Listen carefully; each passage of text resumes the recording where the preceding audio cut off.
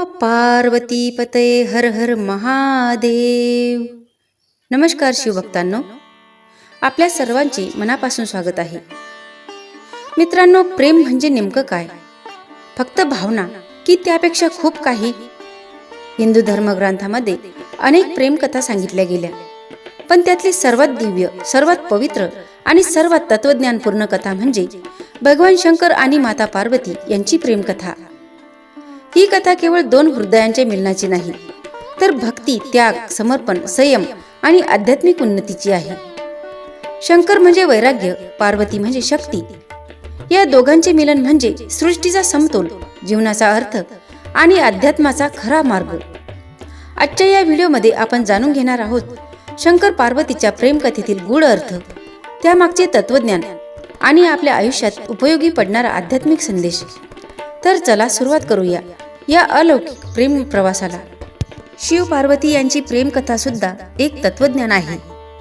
पार्वती म्हणजे हिमालयाची कन्या गिरिजा। ती कोणावर भाळली तर सदैव अंगाला राख लावून तासनतास स्मशानात, तर कधी कैलास पर्वतावर ध्यान लावून बसणाऱ्या एका वैराग्यावर, भोळ्या महादेवावर। शंकर पार्वतीच्या प्रेमाबद्दल पौराणिक कथा जाणून घेऊया आजच्या व्हिडिओमध्ये। राजा दक्षाला सर्व शक्तीची आदिदेवता असेल आणि त्याच्याबरोबर सर्व गुण संपन्न असेल अशी कन्या पाहिजे होती। म्हणून त्याने भगवती आद्यदेवीला प्रसन्न करण्यासाठी तप केले। काही दिवसांनी आद्यदेवी प्रसन्न झाल्या आणि त्यांनी केलेल्या तपाचे कारण विचारले। तेव्हा दक्ष राजा त्यांना आपल्याला तुमच्यासारखी एक कन्या व्हावी असे वरदान मागितले।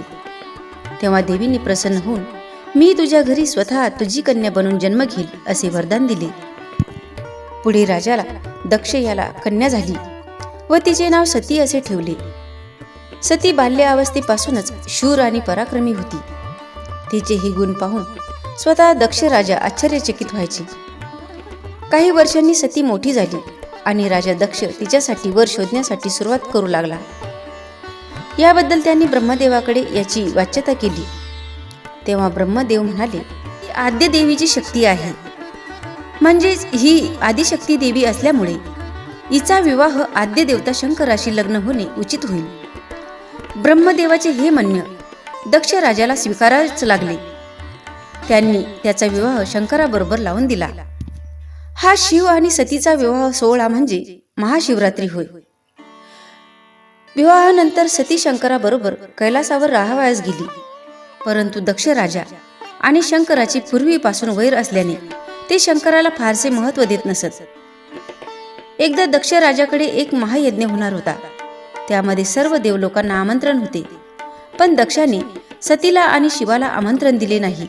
सतीला आपल्या पतीचा अपमान झाला आहे हे कळताच ती त्या गोष्टीचा जाब विचारण्यासाठी माहेरास गेली। शिवाने तिला जाण्यास रोखले। शिवाने सांगितले की तुझे वडील माझा अपमान करतात, म्हणून जर तू तेथे गेलीस तर ते तुझाही अपमान करतील, म्हणून तू जाऊ नकोस। परंतु काही ऐकण्याची सतीच्या स्वभावात नसल्यामुळे शेवटी शिवशंकरांनी तिला माहेरी जाण्याची परवानगी दिली। तेथे जाताच सतीने आपले पिता राजा दक्ष यांना सर्व देवलोकासमोर जाब विचारण्यास सुरुवात केली। समस्त देवलोकांना या महायज्ञाचे आमंत्रण असताना स्वतः तुमच्या कन्येला आणि शिवाला आमंत्रण नसणे ही किती अपमानास्पद आहे। त्यावर दक्ष राजाने शिवाबद्दल असलेल्या रागामुळे घृणास्पद वक्तव्य करण्यास सुरुवात केली।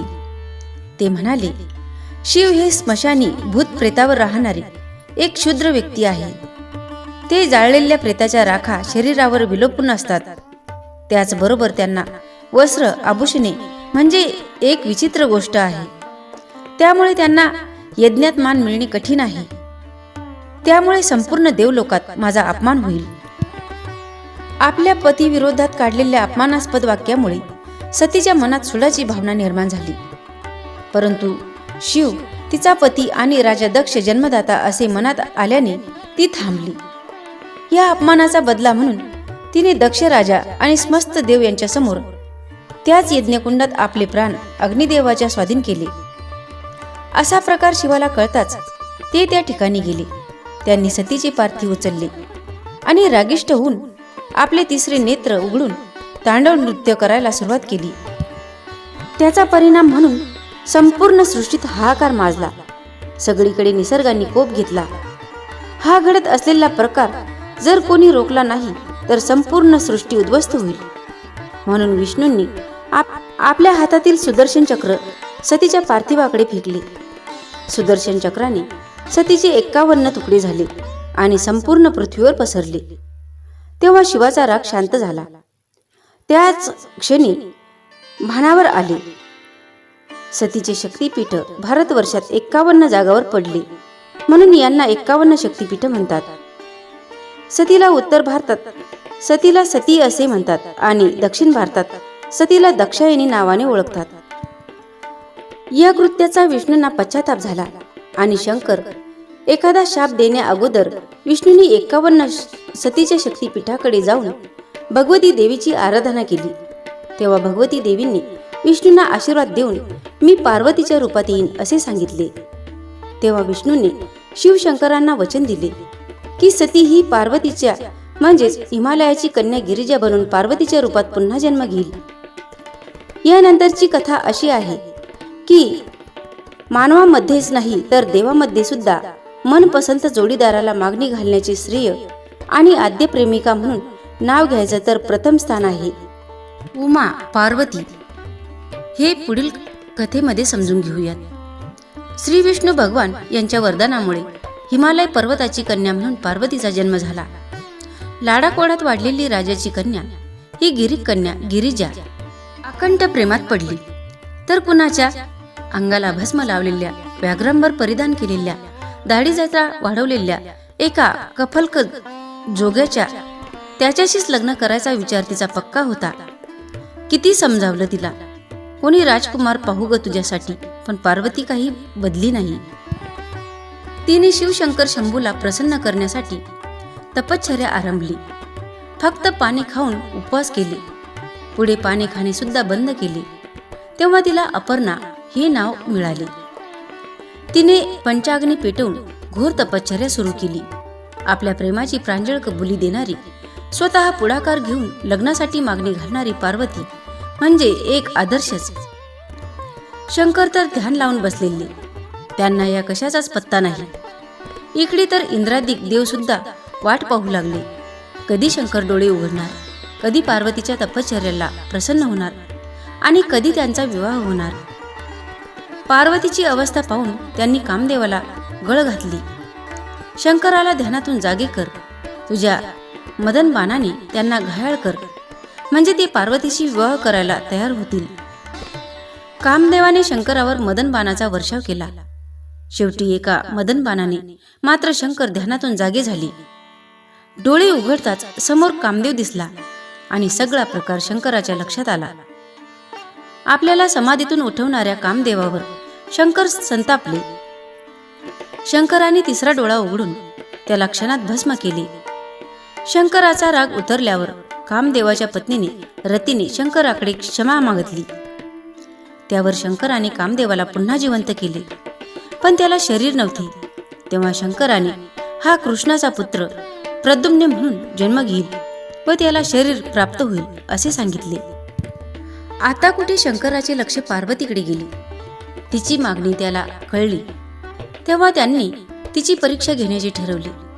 एका पटूचा वेश घेऊन ते पार्वतीकडे गेले आणि तिच्या पुढे शंकराला नावे ठेवू लागले. तो काय पडला जोगी, तू तर राजकन्या, कशाला त्याच्या मागे लागलीस? त्याला राहायला न घर न दार, कधी उठून गणांना घेऊन स्मशानात जाऊन बसेल तर कधी कैलासात ध्यानस्थ बसेल. त्या जोग्याचा काही नेम नाही बरे का? शंकराची निंदा ऐकून पार्वतीला फार राग आला. तिने त्या बटूला तेथून चालते व्हायला सांगितले. त्यावर शंकराची खात्री पटली की पार्वती आपल्याशी लग्न करण्यास योग्य आहे. शंकर प्रसन्न झाले. त्यांनी पार्वतीला लग्नाला होकार दिला. फार शिकण्यासारखी गोष्ट आहे ही. लग्नाच्या आधी शंकराने कामदेवाला जाळून भस्म केले आहे. वासनारहित शुद्ध प्रेम हा वैवाहिक जीवनाचा पाया आहे हे दाखवून दिले. आपले पौराणिक ग्रंथ व कथा ही पुराणातील वानगी नाहीत तर आजही तत्वज्ञान लागू पडते. त्यातील धडे आजही गरजेचे आहेत. शंकराने विवाहाला होकार देताच सगळीकडे आनंदी आनंद झाला. लग्नाची तयारी झाली. पार्वतीचे आई वडील आलेत. विवाहाला स्वतः ब्रह्मा पुरोहित म्हणून आला. गंधर्व नवीन जोडप्यावर आकाशातून पुष्पवृष्टी करत आहेत. मंगलवाद्य वाजत आहेत. वधूवर दोघेही किंचित संकोचले. शंकर एक पाय गुडघ्यात वाकून उभा आहे. अधोवना पार्वती पायाच्या अंगठ्याने जमीन उकरत आहे आणि वधूचा हात वरच्या हातात द्यायच्या ऐवजी चक्क शंकराच्या हात पार्वतीच्या हातात दिला आहे. प्रेमळ जोडपे कसे असावे याची धडेच शिव पार्वतीने घालून दिले आहेत. एकदा काय झाले, रावण कैलासामध्ये शंकराला भेटायला आला, पण द्वारपालांनी त्यांना अडवले. कारण शंकर पार्वतीचे काही कारणाने भांडण झाले होते. पार्वती रुसली होती, रागावून तोंड फिरून बसली होती. आता तिथे रावणाला कसे पाठवणार? पण रावणाला आला राग. तो म्हणाला, मी कैलासच उचलून लंकेला घेऊन जातो. रावण कैलास तोलू लागला. पर्वत हलायला लागला. पशु पक्षी यक्ष गण सगळे घाबरून सैरावैरा पळू लागले.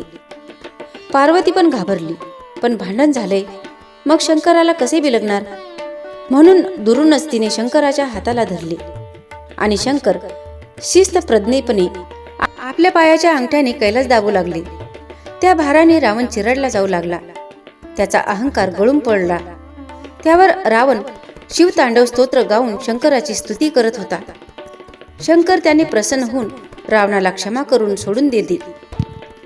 शिव पार्वतीच्या वैवाहिक आयुष्यात चढ उतार पण आलेत.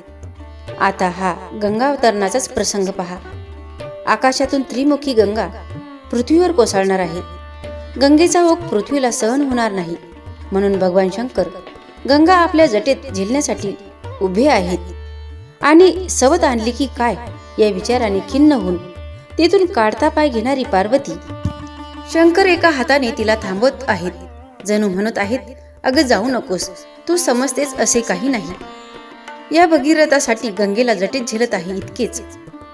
शंकराचा राग, संताप, तिसरा डोळा उघडणे, पराक्रम गाजवणे वगैरे गोष्टी अंगणासाठी राखीव आहेत. या दैवी जोडप्याच्या संसारात पार्वती भोळ्या शंकराची काळजी वाहताना दिसते.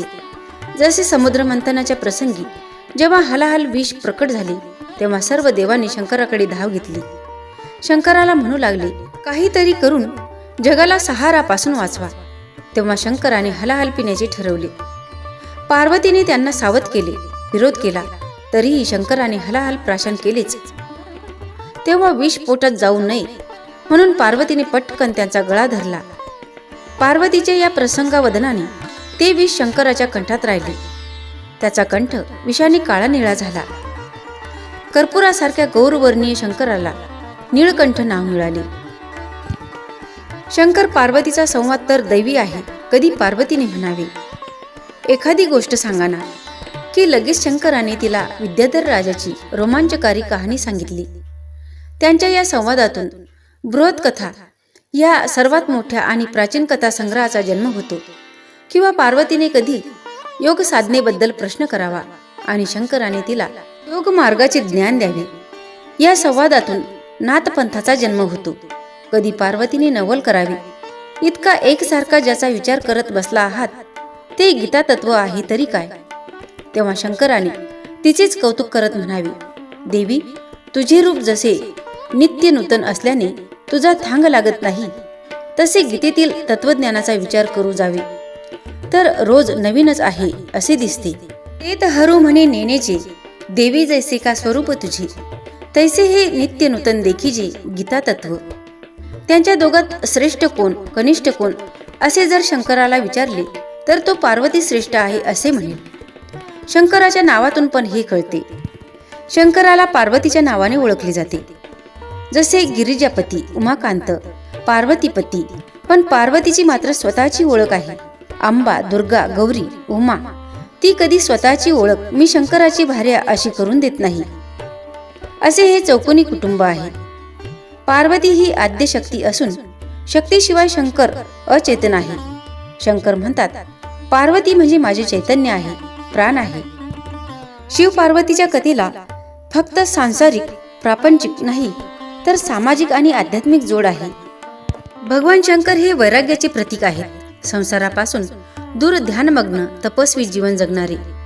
तर माता पार्वती या शक्तीचे, भक्तीचे आणि प्रेमाचे स्वरूप. पार्वतीने शंकरांना पती म्हणून मिळवण्यासाठी कठोर तपश्चर्या केली, त्याग केला, संयम केला आणि अखंड भक्ती केली. यातून आपल्याला एक महत्त्वाचा संदेश मिळतो. खरं प्रेम मिळवण्यासाठी जिद्द, निष्ठा आणि समर्पण आवश्यक असते. शंकर पार्वतीची कथा सांगते की प्रेम फक्त आकर्षण नसतं, तर एक साधना असते. दोन व्यक्ती जेव्हा एकमेकांना पूर्णपणे समजून घेतात, एकमेकांच्या स्वभावाचा आदर करतात, तेव्हाच खऱ्या अर्थाने शिवशक्तीचे मिलन घडते. म्हणूनच ही कथा केवळ पौराणिक गोष्ट नाही, तर आयुष्य जगण्याचा सुंदर तत्वज्ञान आहे. मित्रांनो, शंकर पार्वतीची ही प्रेम कथा आपल्याला शिकवते की खरं प्रेम म्हणजे विश्वास, संयम आणि समर्पण. जीवनात नाती टिकवायची असतील तर अहंकार सोडून परस्पर समजूतदारपणा ठेवला पाहिजे. ही कथा ऐकून जर तुमच्या मनालाही काही सकारात्मक ऊर्जा मिळाली असेल तर हा व्हिडिओ नक्की लाईक करा, आपल्या मित्रपरिवारासोबत शेअर करा आणि अशाच आध्यात्मिक प्रेरणादायी व्हिडिओसाठी आपल्या चॅनलला सबस्क्राईब करायला विसरू नका. पुन्हा भेटूया एका नव्या आध्यात्मिक विषयासह. तोपर्यंत हर हर महादेव.